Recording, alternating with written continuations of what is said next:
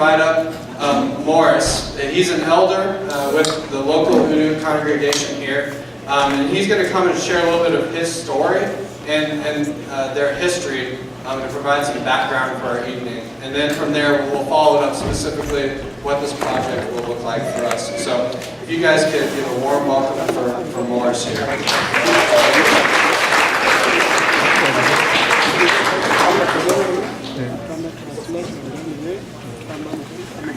Thank you.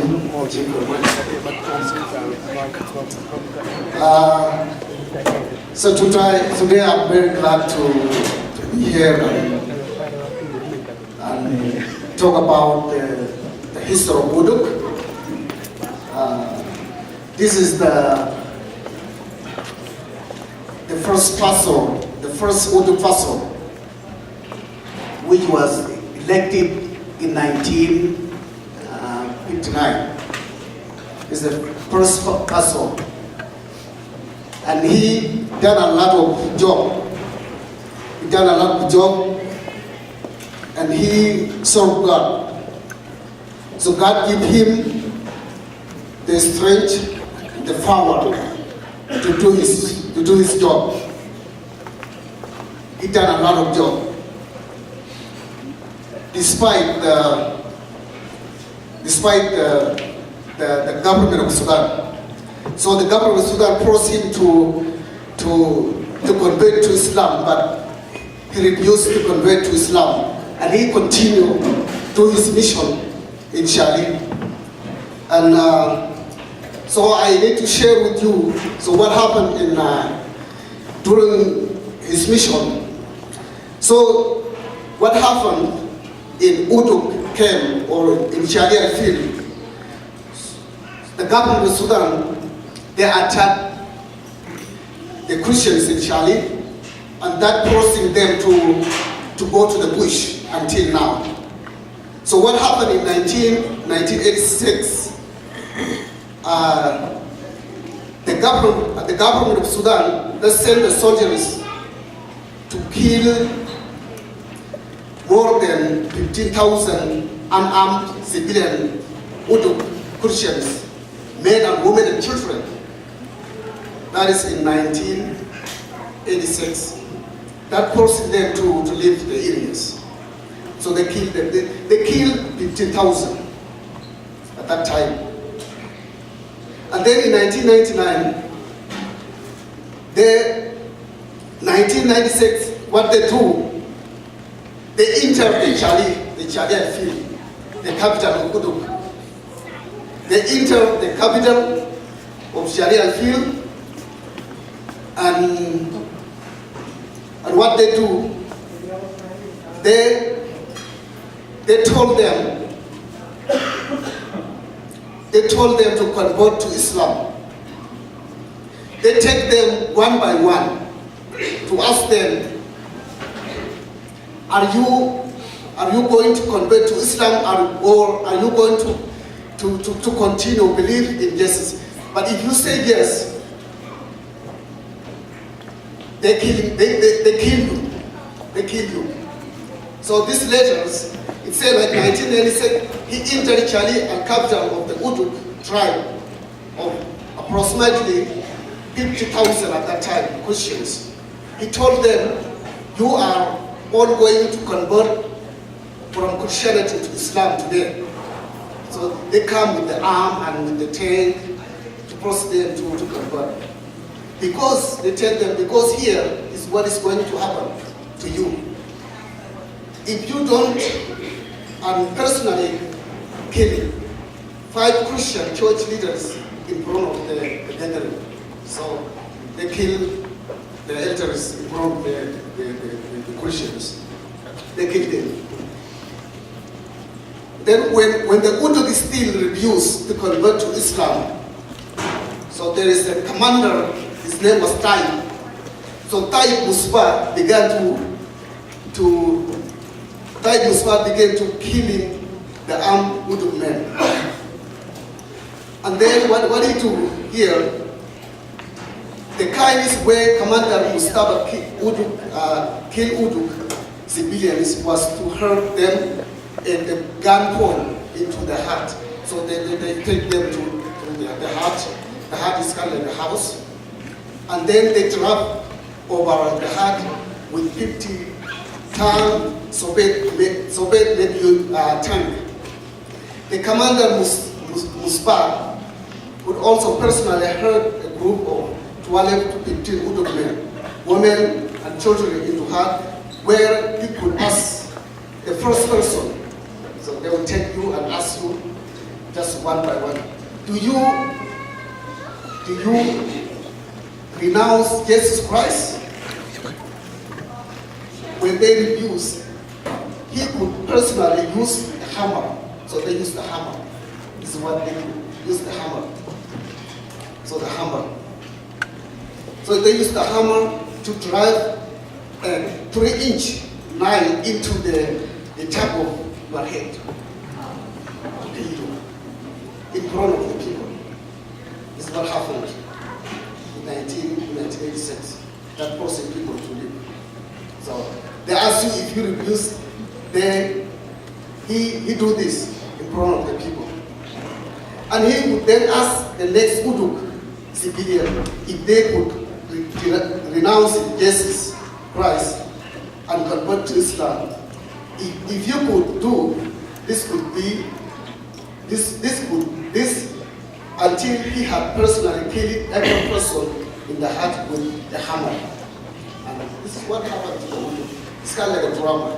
Something very bad has happened. This is the life that they are still with now. But they still continue their missions. So this is what happened. I just want to talk a little bit like this, but I need to read it more, but I can stop here. Yeah, this is what happened to this pastor. But he is still continuing his mission and he spread the church. Not only in Uduk, also in Maban, who work with Maban, and also Tenka people. Tenka is a tribe, and also Shuluk people, and Barta, and Koma. So he worked with those people. This pastors, this is what happened. And this one is the film that they took in Bonga. So the first time the film Jesus was shown this time, I'm the one who witnessed this. That this was in 1994 as the first film, the first film they was shown in Bonga. So this one is the building, the framework to show the film. So at that time, people, they was very happy. They was very happy because that's the first time. And I wish that Jesus may speak from at that time. That would be good for the women. Yeah, this one is the conference. So this is the first one. He speak in front of the Christians. And they also, this one is the film, they show the film now. This is the film. The film. And those are the, can you go back? Those are the elders who evangelize in the bush. They are the one who lead the church in the bush until now. Those are the elders. So those pictures was, yeah. So here, they're ready for baptize in Bonga. Because in Bonga, they get the rest. Because in 1996, 1986, 1987, 1999, 1999 up to 1992, there is no rest. Just running around all these years. But this year, so God give us rest in Bonga. So people get the chance to baptize this time. So the This is how they baptize in the water. This is how they baptize. And also some people, because they don't want to go to the water, so people baptize them outside. This is how they baptize. And this one is Pastor Michael. So he preaching in front of the congregations. He's the one who lead the church in Bonga. So this one is the New Testament in 1964. So they are glad. This time, so the missionaries is almost, the government want to chase them away from Sudan. But the good news is people already get the New Testament. People get the New Testament. But God worked with Pastor Ford and also the missionaries. So to helping them to get the New Testament, this is the good news. So they get the New Testament at that time. At that time also, the missionary was expelled from Sudan at that time. But they already have good news. So this one in Juba, you know, in last year I was in Juba and I was in Morocco. So I'm the one who established this. So we make this church in Juba. When I go from here, so I form the part of the people and then we make a church under the trees. So now the church still exists now. So, and here I kind of like preaching, not in Dorokem. That was in Blue Nile. Blue Nile is a dangerous area, but I went there last year. I went there. It's an unsecure place, but I want to reach people in the liberation areas. It's a liberation area. They want me to be there, and I went there to the liberation areas. So it's kind of like a dangerous place, but I know that God will be with me, and God will protect me. Then I went there. I preach over there. So I preach over there and give them comfort, and not to be surprised because of our suffering. Because Christians must be suffering. Our Jesus, Lord, was suffering. We have to suffer. So this is what the message about. And I give them the message. It was there. This one in Dorokem. I'm also preaching there in Dorokem. This one in Norden. Norden is in southern Sudan. So when we ran from the place called Eton, we ran between June to July, and at that time, many people died on the road from Eton, from Ethiopia to southern Sudan. So we went to southern Sudan, and we got the chance to worship here, the place called Norden. Norden is this one. When we come back from Norden, that was in 1992. 1992, when we come back from Norden, and we also got the chance in a place called Karmi, and then we worship God also over there, because God protect us where we go. And here is the campus in Bonga. So the campus was it made on September 20 something. It took like four days for the campus. So yeah, these are the peoples that listen to the word of God. At this time, many people repent and confess their sin this time.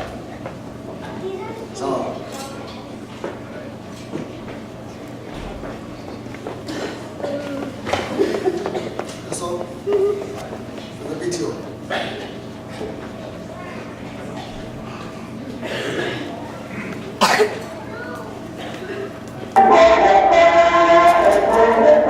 That's the Christmas in Joachim.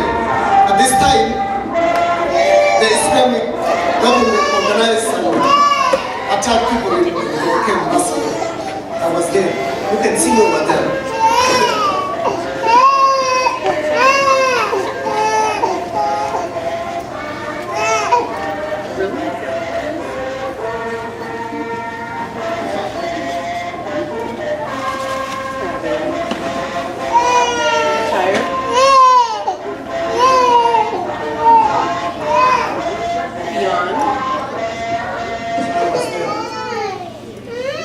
Elijah, hold on.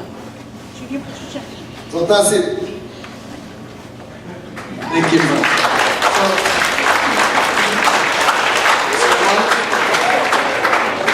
And then for this film, we as an Udu congregation, we support this project, and we already contribute $1,000 for this translation of the films. We already contribute $1,000 for this. Thank you. One question, Morris. So what is the need for the Jesus film right now? What need is there for that in the different camps that the Uduk are? Yeah, this need of films, they need to reach people to understand what Jesus said in Twamba. Because when Jesus talked in English or in Arabic, so not most of the people they understand Arabic. Especially the new generation, they born in this style. So like this generation, they didn't speak Arabic, but they speak English. But those in Ken, they didn't speak Arabic, they didn't speak English. So the good thing or the need of the film, so Jesus to speak Twamba in order for them to understand so what Jesus said, and also the old peoples to understand. And I think the film, when the film will done, so we'll contribute them to Rokel and also Ethiopians, and also in the liberation areas in Blue Nile, and also in Juba. So this is what we can do. Yeah. Thank you. So as you guys understand that the Jesus film, there's still a great need for it with the younger generation to hear the gospel, as well as not all the Uduk are Christian as well. So there's a great need for the gospel to go out through that form in their language fully. So thank you, Morris. Well, thank you so much.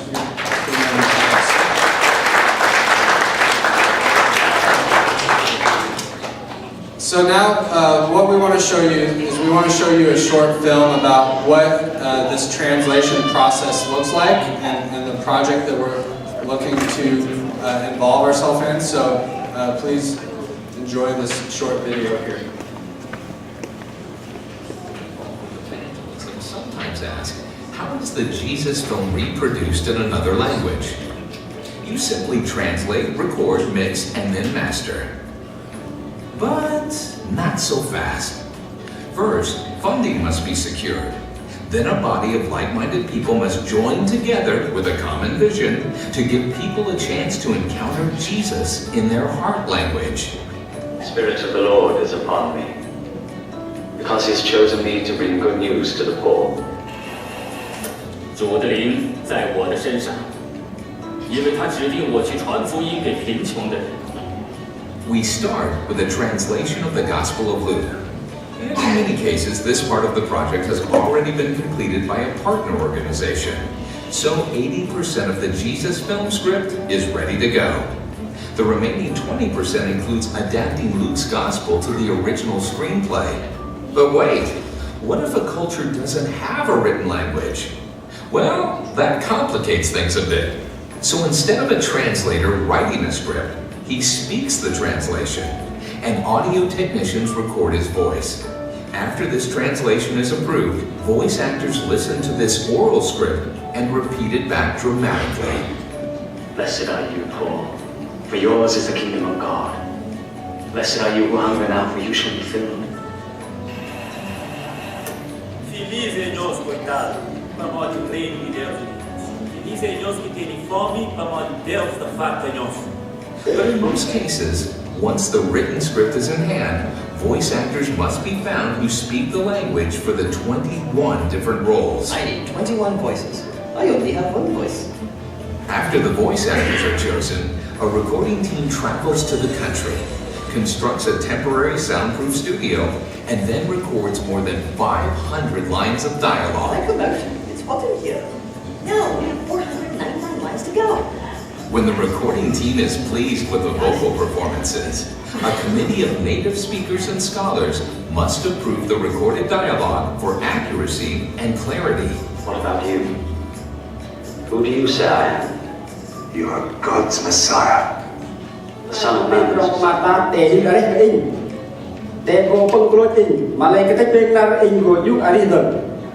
Upon committee approval, this local language version of the Jesus film is headed toward completion. In the recording studio, audio mix engineers carefully polish the dialogue track to ensure that the recorded voices match the lip movement. أين إيمانكم؟ Then music and sound effects are added to bring the film to life.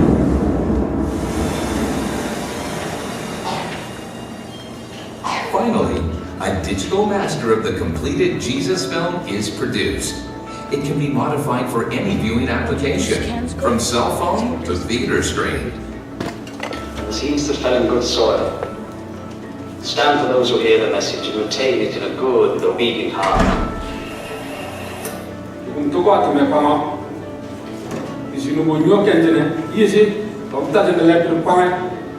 Jesus Film production managers have guided this process step by step over 1,000 times. And each Jesus Film language production requires months and sometimes years to finish. Many obstacles sometimes delay production, such as global instability, lack of Bible translators, Can anyone read this? a shallow pool of voice actors, I can do all 21 voices. and endless logistical complications. Today, there are more than 850 languages with 50,000 or more speakers who do not have the Jesus Film. It is our mission to ensure that every people group and every person has the opportunity to hear the gospel through the Jesus Film. It has power and touches. You can sing when we weep. When we sing Jesus, we cry.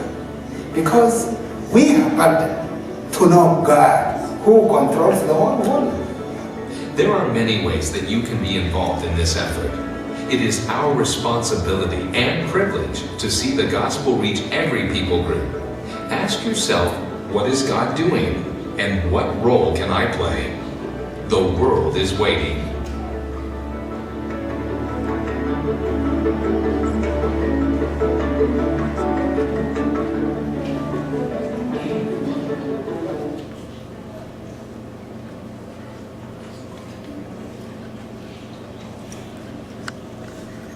Okay. Right now, we're going to see a very short film clip from the Jesus film. And don't worry if you don't understand it. It's in Susu, the language in Guinea where we're showing the films. Lawande yezina ka tekunki kui anu agata libera anaga fadabe onga na kiri.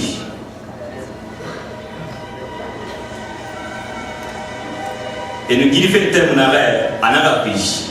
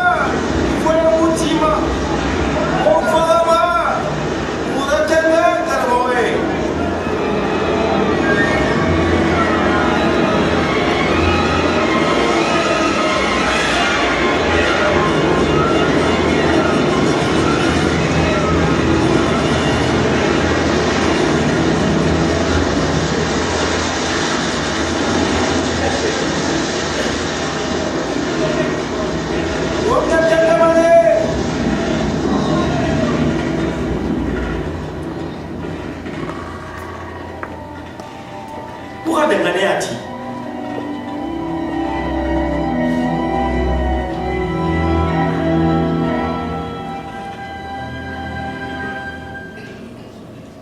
I saw the hearts of the people in Guinea touched deeply when they saw this, and many other scenes from the Jesus film.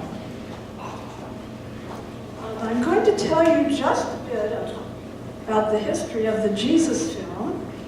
It first was produced in 1979 on location in Israel. And actually, we have a member of our congregation who was involved in the making of the first film, and that was Wayne Dahl. So, at this time, the film has been produced now in 1,680 languages, and that number is growing quickly. The full film is 2 hours long. But there is also a Jesus film for children, and that is 1 hour long.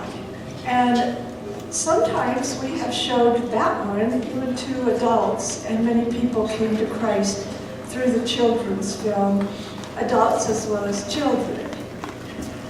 So what I would like to show you now is what happens when we're going to do a film showing. First thing is, you set up the screen. Then you set up the projector, you get it adjusted so it's going to be, the picture will be the right size. There's one of our team members doing that. And then this is what happens when it's ready to go. So that gives you a little bit of an idea what it's really like to show the film, and the equipment is easy enough that people on our team could do it, people like me. Okay. Okay, so Bryant talked a little bit about how we're going to have the opportunity as a church to partner with the Uduk, and so we're announcing our fundraiser that we'd like to do as a church, and that is to translate the Jesus film into Twampa, the heart language of the Uduk. And it's a costly process because I don't know if you could tell because it's a little like pixelated on the screen, but they actually change the mouth of the characters to speak the language. So they use the technology to do that. So it's not just dubbed in, subtitles or anything like that. It's actually the actors, it looks like the actors are actually speaking their language. So I think that's why the cost is a little higher than you might expect. But the actual translation is $38,000. And the exciting thing about that is that once we kind of committed, there's a few families that had committed before our church missions committee decided to commit to this project. And so they've already begun the translation, and they did finish the actual translation of the script already. So that's really exciting that it's already begun, and so let's fund it. Let's do this. So the total amount that we are, we're just going to call this a goal. We're glad with whatever God provides through our congregation. So we're not going to be like having a thermometer in the hallway to show how close we are or anything like that, but we'll just rejoice with whatever we give. So the total cost for the project will be $44,000. I don't know if that's coming up. And then $38,000 goes towards paying